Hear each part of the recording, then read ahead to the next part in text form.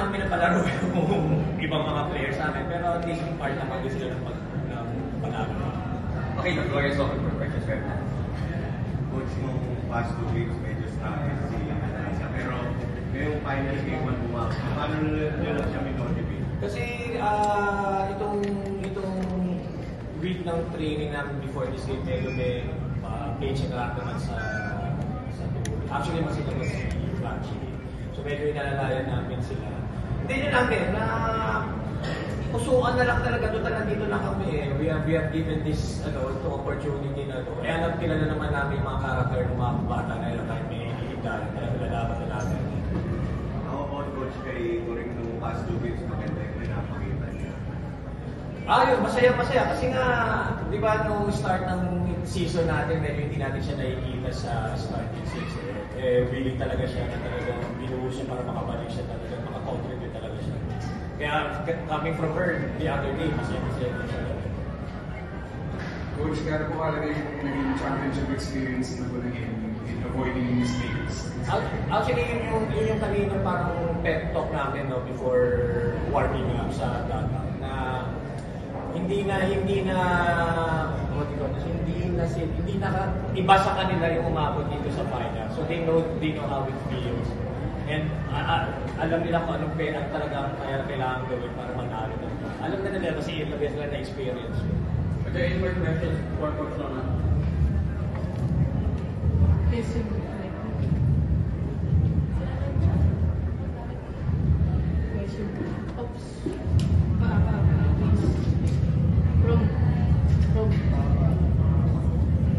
Coach, gano'n ka naging factor lang din yung natalo kayo sa FEU noong Final Four na yung parang naisip ko rin yung team na para makuha nyo itong straight set ng Warriors? Oo, kasi yung pagkatalo namin ng game na yun, talagang wake-up call talaga yun eh. Sa amin talagang pinilabit talaga kami doon na hindi kayo pwede mag-relax sa kayo pupuluti pag hindi tinarabaho yan. Kaya nung game ko na yun, ngayon, masaya na nag-work talaga. Wake-up call yun talaga, wake-up call.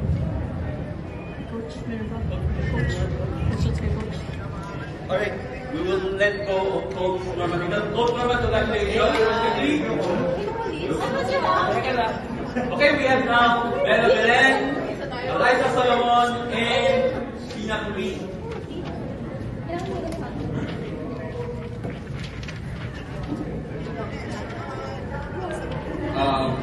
Bella, you got 13 of 32 attacks, 8 digs, and 6 extra receptions today in game 1. So, your thoughts about your team's performance today in game 1, and what's your mindset heading towards game 2, where you have the chance to reclaim that trophy? We're very happy kasi na-apply po namin yung mga pinag-trainingan namin and yung mga parang mga game adjustments namin for UST. And siguro for game, kung kailangan hindi kami makampante, kailangan isipin namin na syempre UST yan, palaban yung team na yan. Kailangan yung mindset namin is, kailangan tapusin na namin sa game 2. Katulad nung sa do or die, kailangan hindi na namin paabutin ng do or die pa. Huwag na kami maghanap ng challenge. Hanggat kaya namin tapusin ng game 2, tapusin na namin.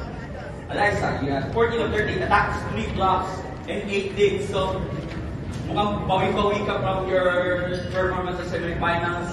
What can you say na 1 win away at mababawi niyo na yung Coro na pupunta sa Oxo? Siguro, yung naging performance namin kanina, dito very happy kasi nakita namin kung paano kami mag-work sa team talaga. And hindi namin pinabayaan. So, may mga times na nagre-relax kami and nakakalimutan namin na leading pala kami. So, parang nakakalimutan namin na kailangan tapusin na. Kasi pag nabigyan parang kumpiyansa, parang mapabago pa yung laro. So, pero very happy ako sa performance ng team kasi yun nga. Pero lesson sana yung errors.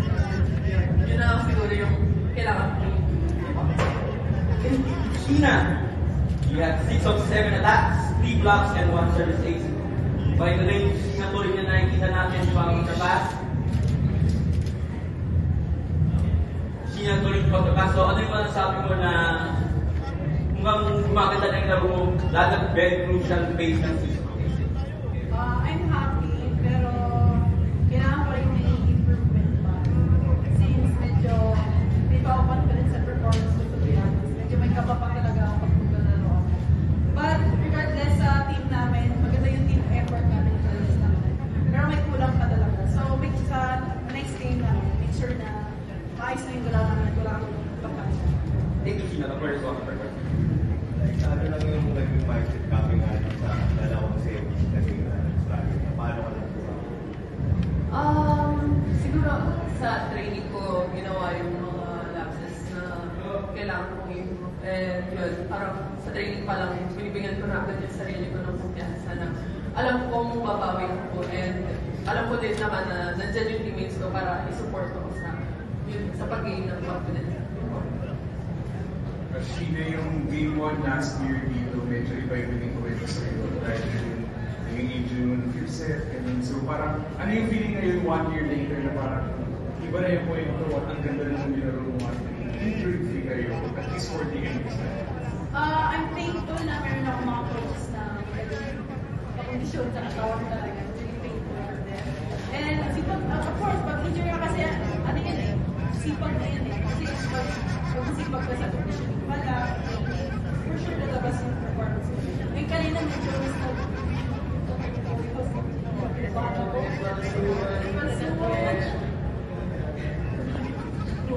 pero ano, I'm happy naman kasi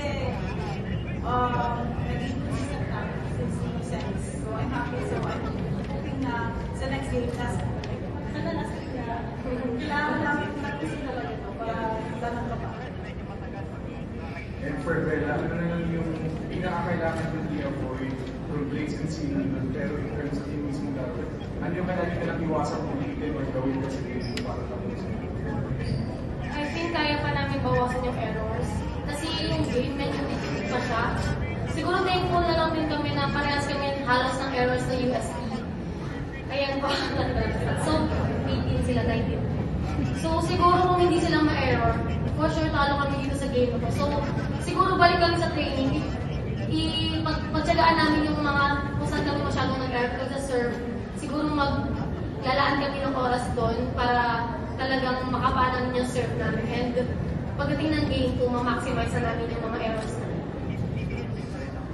Okay, that game 2, Wednesday, at least 2, I think 3 days to prepare for game 2. So, what's your mindset of things right now? Especially, you have 2 chances to win the champion. Starting mindset. Siguro po balik lang kami ulit sa drawing board. I-scout ulit namin yung game na to, titignan namin kung ano yung mga maganda namin nagawa na pwede namin dalhin hanggang game 2. And tingnan namin kung ano rin yung mga pangit namin nagawa na pwede namin ibahin para mas lalo pang mapadali sa akin yung game sa Wednesday. And Eliza, sa game 2, syempre, I'm sure masascout ka ng USD, so ano yung mga kailangan natin gawin para, of course, to sustain your level of playing tulad ng game 1? Siguro ano na yun eh, more on mindset na. Paano mag-set yung mind sa darating na game. Parang it's either papayag ka ba na ma-scout ka nila or mabasa ka nila or or doon ka sa point na hindi ako papayag na maging ma-scout nyo ako, wala naman ako ganyan. It's all about mindset na. Bella, ang crowd natin today is 20,955 and ang dami sa inyo nanonood from the AU side. What can you say na ito binigyan niyo sila ng panalo?